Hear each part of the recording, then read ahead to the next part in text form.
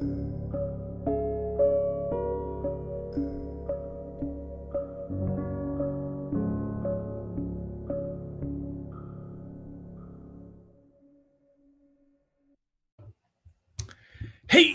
good morning, everybody. It's Hammer. Today is Monday, November 25th, 2024. I, of course, am with Originator Success here at the Daily Mortgage Rate Update, the only place on the web where you guys get to join me live each and every weekday morning, 9:30 a.m. Eastern Time on Facebook and on YouTube as I do the show. Quick announcement, I'm going to skip Friday. Friday's always a quiet day anyway, right after the holiday. So we'll do Monday, Tuesday, Wednesday. We're going to skip Friday. I'm taking the day off. Originator Success will be closed as well. So if you're here this morning, say good morning. If you're watching on the replay, don't forget, give me a hashtag replay in the comments. Let me know that you were here. Let Facebook and YouTube know that you were here. Don't forget to smash that like button, tag an hello friend, share this post in a group.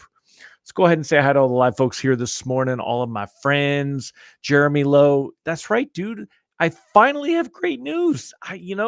At least good news, right? I mean, it may not be like the bestest news ever, but it's definitely good news. Yeah, I got good news. So today is National Parfait Day, according to Mr. Ron Siegel. Good morning, Ron. What did you already miss? Oh, dude, it's so much. We've been talking for hours.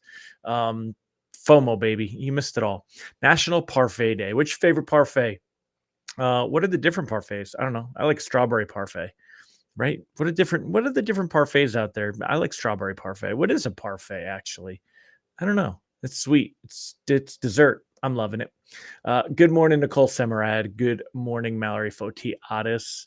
Good morning, James Mahan, Megan Lindberg. Good morning, Angela Walters. Great to see you here. Brandy Brickler. Hello, everybody. Brandy's awesome. She did a drive to raise money for some kids to get some bikes. Very cool stuff. So, Brandy, that was awesome and great on you for doing that. Anytime, but especially this time of year. Cindy Pulliam, good morning. Rob Stewart, Yasmin Martin, great to see you. Julie Lawrence, hello. Tim Klyla, Colin Jordan, good morning. Tim Klyla said the good news is the Lions are 10-1. That is good news, and they look damn good doing it. I'll tell you, unless they do something to really blow it, they're definitely going to piss off a lot of people in the odds making bookkeeping area because they are Super Bowl bound for shizzle. Ron, yeah, was there scheduling comments? Yeah, I'm going to skip Friday. That's all. I'm just and of course I won't be here Thursday. So Monday, Tuesday, Wednesday, and then I'm taking the rest of the week off. Thomas Sloan, good morning. As long as there's whipped cream, it's good, right? I can't disagree with you, dude. That's definitely the case. Nathan Einkorn, good morning. Deb Dickinson, great to see you. Glenn Boussard, good morning, sir. Great to have you here as well. All right, my friends, let me jump over to the other screens. Hold on a second. Let me switch over to this and see what's on the bottom. That is not the lock advice. I have to update that because we're not locking right now. Let me go ahead and get rid of that. Good morning, Mike Schmolgen. Great to see you here. Let me take you over, show you what's going on. We've got some nice happy bonds this morning. I'll show you why we have happy bonds, all that good stuff. So let me move this here. Okay, great. Do that. Boom. All right. So mortgage-backed securities currently up 30 basis points on the day. Take a look at this jump over here. I'll probably have to zoom it. I'll probably have to refresh. No, it let me scroll. Okay, cool. So take a look here. Overnight trading, we had a huge jump up in bonds, right? So Friday, let's quick recap on Friday. Friday was a quiet day. Morning, Derek Weibel. Good morning, Amy Blauser. Jeremy, this is actually opposite the Trump pump. Jeremy said, time for the Trump pump. This is actually opposite the Trump pump. Trump trade was the fact that, hold on, let me pop this here. So the Trump trade was that in October, the expectation that Trump was going to raise tariffs, was going to create inflation, was going to cut taxes, everything that spurs the economy, stops the Fed from cutting, all that stuff, right? So that's not good for bonds. That wasn't good for rates. And so we saw rates move up in October. This is just a little tiny, look at that. tiny slice of unwinding that Trump trade is actually what this was. So the fact that we saw a huge jump in overnight trading, we're up about 40, about 30 basis points in the 6.0. 5.5 is even a little bit more. Again, it doesn't really matter which one you're looking at. You'll see that same thing. It depends on where traders put their money. I'm still going to follow that 6.0 coupon, though. It's a little more flat this morning. I think it's a little safer. So anyway, that big jump has to do with the fact that Bessent was chosen for Treasury. When that comes in, the reason that's a big deal, let me adjust my window sizes and we'll pull this over so that it fits. Bear with me. I'm just going to play with this a little. There we go. Okay. So taking a look here, the main thing is that Trump picked this hedge fund manager, and his name is Scott Bessent, and he picked him, which wasn't one of the front runners for the Treasury Secretary position. Again, this is only a pick; he has to be approved, et cetera, but nobody's expecting any issues on that. So basically, what happened here is that stocks, bonds, everyone cheered this pick, right? They like this pick of Scott Bessent. He's expected to take a more gradual approach. He is a Wall Street guy, so he's going to bring Wall Street's mindset to the position. Stocks and treasuries rose as traders welcomed Donald Trump's pick of Scott Bessent for U.S. Treasury Secretary. Betting the hedge fund manager will bring a Wall Street mindset to the role, soften the returning president's support for sweeping tax cuts and trade tariffs. So the expectation here is that he will be a little bit better for the economy. A little bit better for bonds and stocks. It won't be driving up inflation. Will temper some of the idea of tax cuts. Won't want to increase the spending, the borrowing going on with that. So President-elect Donald Trump's pick of Scott Bessent as Treasury Secretary may give Beijing room to negotiate with the U.S. over their trade tensions, in part due to his moderate stance on tariffs. He's, again, one of the things, whether you want to love him or hate him against Trump, is he does surround himself with people. They don't necessarily, they have to be loyal, right? But they don't have to think like him. And Scott Bessent is expected to bring a little bit of a softening of the stance that Rubio and some of the other picks would have, being very against China, pro-America, all that. So Brandon said, of course, my sound went out when you mentioned my bike fundraiser. I wanted to make sure I let you know. Oh, we're good. Yeah, awesome. That's even better. So my pleasure. That wasn't why I brought it up. So, but yes, awesome that you're getting helmets for them too. That is very cool. So anyway, staying on track here. This gave bonds a nice bump this morning, and the good news is we're holding those gains. 10-year Treasury yield has dropped back down to 4.3. That's a big deal. That's definitely something that we want to see. It brings us back down below the 25-day moving average. As a technical, this is actually something we want to pay attention to. The 25-day moving average, not the strongest of the moving averages, and when it comes to support or resistance, but it is good to see this. We could actually pick up some gains this week. So this is a short week, of course. We've got a bit of economic data. So we're going to get tomorrow. We're going to get the Fed meeting minutes. That's going to bring in. I don't think you're going to see too much there that's going to move anything. We already know that it was, I believe, a unanimous decision to go ahead and cut rates at the November meeting. Market's currently pricing in a December cut at about 50-50. Forgive me. Sorry about that. I have a tickle in the back of my throat. Anyway, 56%, a little more than a coin flip. Not really. I may have to get a drink. Anyway, or I might just wrap this up.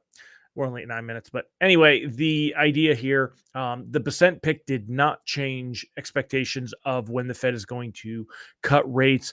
It's coin flip that we see a cut in December.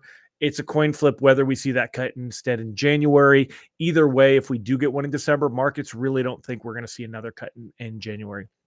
Markets are pricing in one more cut, whether it comes in December, January, maybe even in March. Only in March do we see that there might be a possibility of some more cuts. We would have to see some weak economic data, some inflation continuing to drop, all that kind of stuff as we get out there. March is too far out for us to even really kind of forecast it. But for the next two meetings, December and January, markets are pricing in one more cut, and then that's it for then. So Uh, can I interpret what CME projects for Fed funds rate the end of 25? Yeah, if I believe correctly, they were still up at about 3.75. Let's take a look here. So yeah, the overwhelming, minority majority here, the 3.75. But when you look, I mean, there's 24, 11, so that's 35. There's a 37% expectation that rates would actually the Fed would either stop cutting or even increase a little bit, which I doubt. Um, there's a big expectation there. Very little expectation that we'll get down into that low three, three and a quarter, possibly three and a half. That's what markets are basically the lowest point that they realistically look at as being possible here is three and a half. But looking even more at three and three quarters again right now, we're currently at 4.5. That's only 3/4 point rate cuts through the now to the end of 2025. If we did see one in December, that would only be two cuts in all of 25. So this kind of projection really doesn't mean anything though, because everybody's waiting to see what happens with Trump. You know that. Is he going to try to cut more rates or cut more taxes? Is he going to follow through on some of those campaign promises that they made about, cutting taxes on overtime and taxes on tips? All that would have to go through Congress. Could he possibly get that through Congress? Remember something, Trump can do a great job of putting this out there that he's promoting those things and then blame Congress for not getting it done. So the reality is that he campaigned on it, but he was never able to truly deliver it. Congress has to deliver it, and he can blame Congress on not delivering it and make them the bad guy. It's like being the good cop, bad cop. Ron said Musk was against dissent. That was interesting, as many questioned if Trump would be a Musk puppet. I didn't expect Trump to be a puppet for anyone. Yeah, no, I absolutely agree with that comment from Ron. Yeah, he's not. And Musk has his own opinions on things, and he's going to throw stuff out there. And fantastic for Musk. I mean, he's a strong personality and a guy that gets things done. And I think that he will be involved in a lot of different talk. But as far as how much of an effect he has on things outside of that Doge, well, we'll have to wait and see. So, anyway, that's what we got going on. I think these gains will hold. It puts us in a cautiously floating stance. Let me go ahead and adjust my little captions here and say, I don't regret locking in. And this improvement is improvement. Don't get me wrong. It's going. It doesn't. But right, even before I'll pop it down, even before we saw this big jump, the last couple of days. Let me make this full screen for now. The last couple of days, we have seen this. Look at this. We'd seen things kind of level out, right?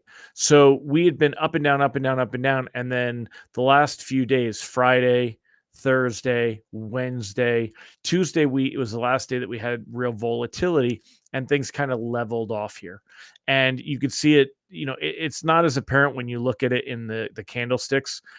We can even move this down to maybe a 3-month, and it might be a little bit easier to see. But overall, the last couple of days, we've really just settled in. They've kind of slowed down. So that means we weren't in danger of seeing rates creep higher. It was starting to dissipate. Markets had found neutral. With the expectation of where we would be over the next few meetings, markets had found neutral. All of that, it put us in a position that things were kind of settling in. 10-year Treasury yield, we saw it cap out around this 4.45 area, but it never really broke above 4.50. And that's important to note. Again, that's been our high spot. So for now, we can go ahead and cautiously float, see where we go into this week. We're going to get the PCE data on Friday. The PCE data is not going to really bring us anything magical. Don't get too caught up in it. For sure. And yeah, right, Thomas, how can anyone predict this type of volatility? Appreciate you to guide us. We're better with your suggestions or right more of our more right than our gut instinct. Thank you. Ron said he's looking at that 3.75 to project where mortgage rates will be by the end of 25, looking at the spread to the 10-year and the 30-year. You know what, Ron? So looking at here, let me flip screens here. Looking at where we're at right now, we're at 7. If that goes down, I think realistically rates are still going to be the end of 25. we may be in the low sixes, but I think it's the best that we're going to see. And worst we would see would be the mid sevens. Hopefully, hopefully it doesn't get worse than that. So we'll be waiting to see where all that goes. But that's my expectation. What do you think? Let me know in the comments. And of course, Ron, you especially, we can talk about the spreads and the things, but I think when you shake it all out, I think we're going to see rates that, generally for your conventional conforming, we'll be back into those low sixes to low to mid sixes. I think is going to be the best case scenario for the end of 25. I don't think you're going to see things get much lower than that unless we see the credit bubble pop. That is the caveat that I'll throw out there. If we see the credit bubble pop, labor market starts to tank, that's going to be an issue. If the labor, of course, everything runs off the labor market. At the end of the day, it's all about the jobs. If the labor market tanks, then rates will plummet. I don't think it's going to happen. Not under the current administration's watch at the beginning, but yeah. So Ron said 5 3/4 to 6. Yeah, I think it'll be a little higher than that. I don't think it'll quite make it there. Govies will be at 5 3/4, but conventional conforming, I believe that's going to be in the lower sixes. I don't think we're going to make it to the high fives. Not unless the economy really slows down and the labor market really tanks. And as much as can poke holes in the labor market stuff, jobless claims holding steady. There's a lot of reasons that that we're seeing that even if they cut government jobs, I don't think it's going to happen quickly. And I don't, remember they're looking at, July of 2026 for a lot of that Doge stuff. So I don't think we're going to see a lot of job cuts on the government side through 2025. I don't think that'll happen that early. So it'll take time for all that to get in there and do its thing. But all right, my friends, well, have a great one. I will see you tomorrow and again on Wednesday, but we will not do Thursday and Friday. We'll be taking off the rest of the week. So I'll see you tomorrow. Bye-bye, everybody.